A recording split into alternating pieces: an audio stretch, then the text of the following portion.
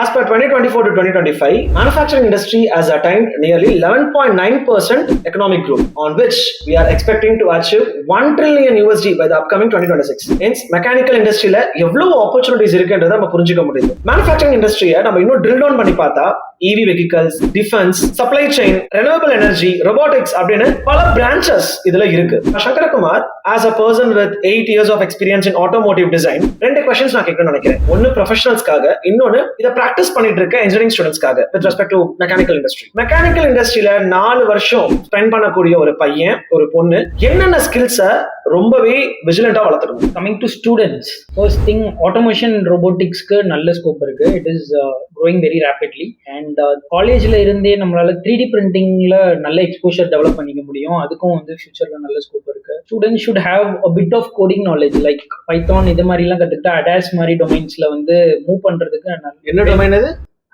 Advanced driver assistant systems like எதுக்காக அது? Electronics like ஆட்டோமொபைல்ங்கிறதே கம்ப்ளீட்டா மெக்கானிக்கல்ல இருந்து இப்போ அது ஒரு எலக்ட்ரானிக் டிவைஸா மெக்காட்ரானிக் டிவைஸா இருக்கு. சோ கோடிங் பேஸ்ட்ல நம்ம லேர்ன் பண்ணிக்கிறது நாங்க இருக்கோம். இல்ல ஆட்டோமொபைல் இண்டஸ்ட்ரியில இன்னைக்கு வந்து மோர் தென் 40% வந்து சாஃப்ட்வேர் இன்ஜினியர்ஸ் தான் ஒர்க் பண்றாங்க. Okay, so your domain knowledge integrated with our software knowledge alone it works. I mean not everywhere, but அதுக்கு வந்து நல்ல ஸ்கோப் இருக்கு. ஒரு ஃபேக்ட் நான் சொல்ல விரும்புறேன், like we are importing nail cutters from China and we are importing it in mass scale. நம்ம இந்தியால வந்து ஸ்டீலுக்கு பஞ்சமே கிடையாது and we have all the capabilities.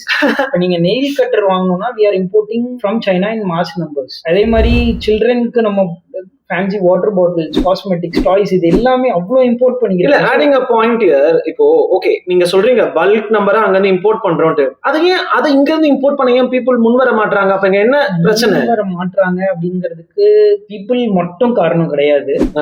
Like we need an ecosystem like China. சைனால இருக்கிற எக்ஸ்பர்டைஸ் வந்து ஃப்ராங்கா சொல்லணும்னா இந்தியால கிடையாது. டூலிங் சப்ளையர்ஸ் அண்ட் அந்த கம்ப்ளீட் எக்கோசிஸ்டமே நமக்கு வேணும். லைக் சப்ளை செயினா இருக்கட்டும் எல்லாமே வந்து அந்த அளவுக்கு அவ்வளவு வீக்காவா இருக்கும். இப்ப எல்என்டிலாம் we are building heavy engineering equipmentsல நான் எல்என்டி போயிட்டு வந்தேன் சூரத்ல. So I've seen how they are. India கிட்ட கேப்பபிலிட்டி நிறையவே இருக்கு. Like we are a service oriented nation. அதுதான் நம்ம சொல்றோம். we are not a manufacturability oriented nation. இன்னொரு எக்ஸாம்பிள் சொல்லணும்னா இப்போ ரொம்ப ஹாட் டாபிக்கா இருக்கிறது பாத்தீங்கன்னா ஏஐக்கு டிமாண்ட் பண்ற chip manufacturing companies like NVIDIA, all these world level 20% of the chip designers are from India, but we don't even have one chip manufacturing company. அந்த லிஸ்ட்ல நம்ம கிடையவே கிடையாது. வேர்ல்டுக்கே 20% is a very big chunk. We are the major players in chip design, but we don't manufacture. Even if you take gaming design, very recent பார்த்தேன் like GTA 6 ஓட game டிசைனர்ஸ்ல டெவலப்பர்ஸ்ல number 1 வந்து India தான். Quantity wise if you see major chunk of game designers are from India, but we don't own any of the gaming companies to compete with the giants. நம்ம service oriented company, அது வந்து manufacturing ஓரியன்டா மாறும்போது we will have a very ample amount of opportunities. சர்வீஸாவே இருந்து பழகிட்டோம், இனி ப்ராடக்ட்டா மாறணும்ன்றதுதான் exactly like எந்த ஃபீல்டா இருந்தாலும் சரி, ஈவன் ஐடியா இருந்தாலும் ஐடி சர்வீசஸா இருக்கிற ஒரு கண்ட்ரி தான் நம்ம. ஸோ அதை வந்து நம்ம மேனுஃபேக்சரிங் ஓரியன்டா மாத்துறதுக்கு ட்ரை பண்ணோம் அப்படின்னா I mean if it becomes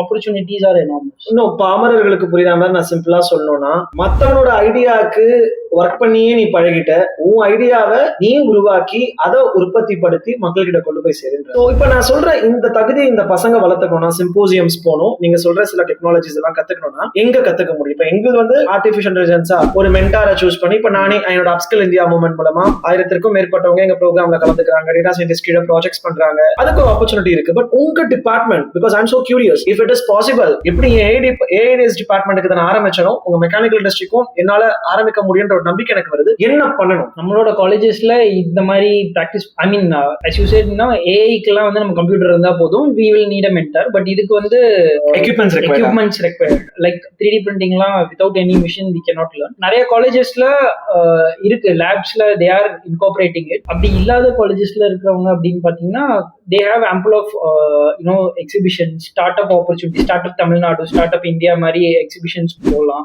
நிறைய ஸ்மால் ஸ்கேல் ஸ்டார்ட் எல்லாம் பாத்தீங்கன்னா இன்டர்ன்ஷிப்க்கு 3rd இயர்ல இருந்தே எடுக்க ஆரம்பிக்கிறாங்க. ஸோ அந்த மாதிரி எக்ஸ்போஷர் கெயின் பண்ணலாம். ஓகே, ஸோ இதுக்கு மெயினா தியரிட்டிக்கல் நாலேஜை கிளாஸ் டைம்ல வளர்த்துக்கிட்டு you have to get more internship opportunities ஒரு ஸ்டார்ட் அப்ஸ்ல போயிட்டு அப்படி பயன்படுறதுதான் உங்களோட கருத்து. ஓகே.